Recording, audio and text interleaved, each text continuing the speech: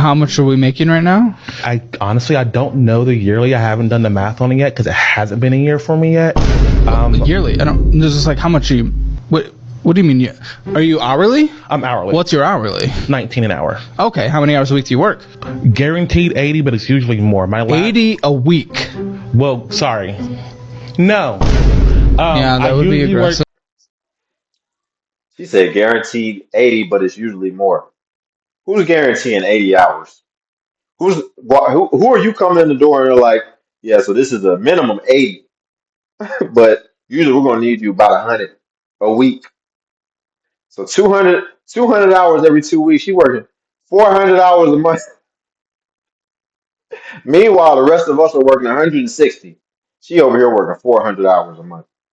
But clearly, what all this tells us is that she is very short-sighted in the way she looks at things, which is usually an indication that you're drifting through life. You're not paying no attention, right?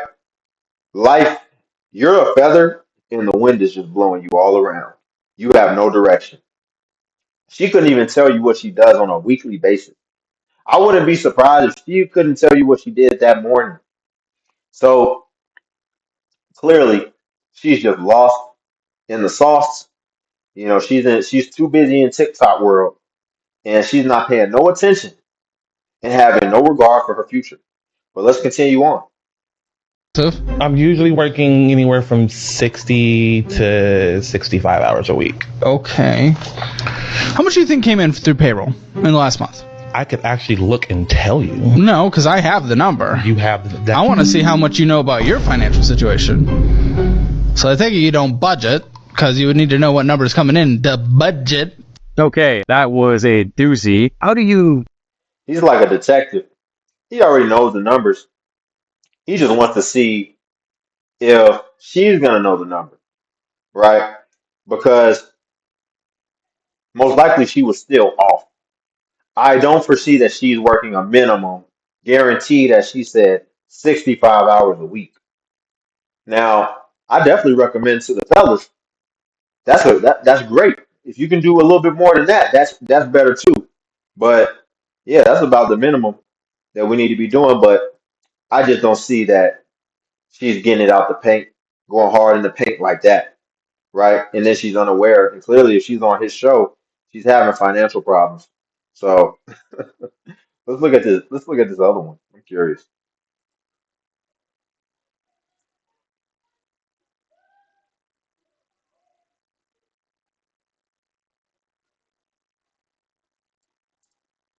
That's not your dad paying for the tickets! That's not your dad paying for the tickets! That's you borrowing money from your dad. Yeah. And, yeah, so it's... So you're not in a salaried position with like paid time off. You're not in a part-time job that offers paid time off. On this cruise, you're just not going to be working. You're not going to be making any kind of income. Girl, you can't afford to go on this cruise. That's why I'm trying to at least hurry up and get a part-time job starting next week, if I can. How long is the cruise?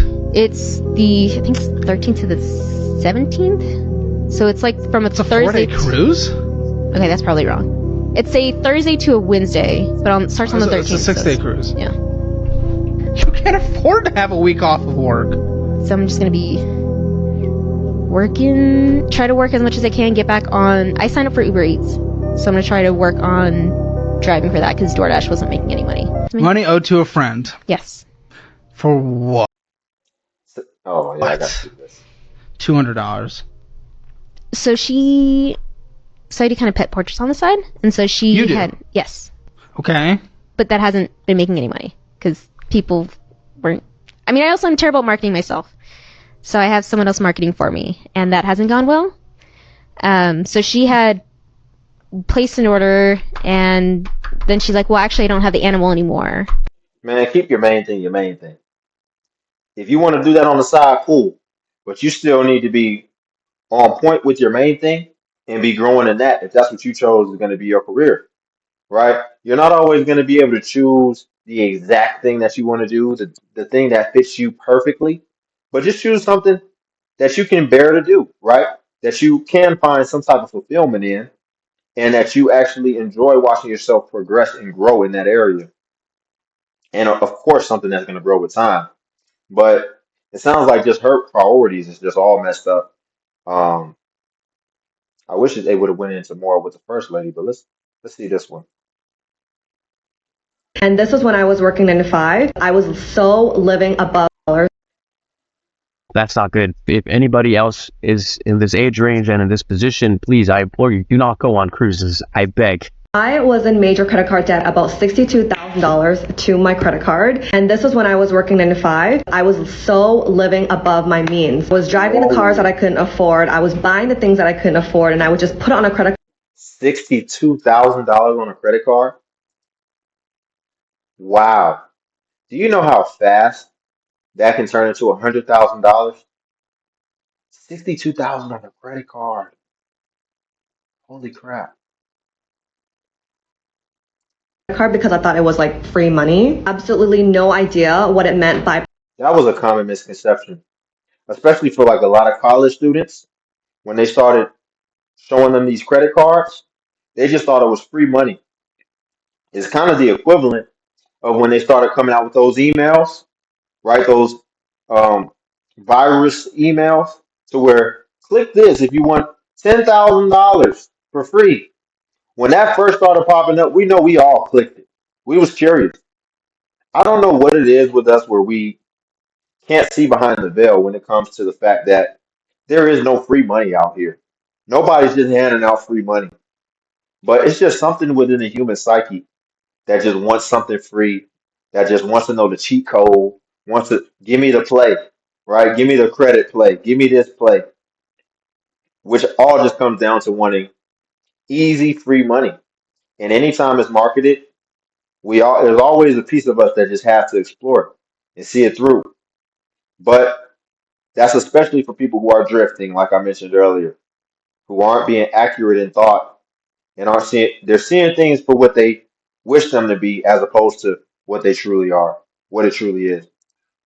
budgeting, financial means, saving for the future. All of that just went out my head. And while I was in college, I was so confused. I was racking up all of these student loans debt, and I just thought, oh, future me can worry about it. This resulted me in depression, anxiety, and towards my 20s, I had to rebuild this entire life around money and heal my money traumas. I found myself that I dug a really big hole and I had no idea how to get out of it. So the first thing I thought was hire a mentor, get in. That's the truth right there.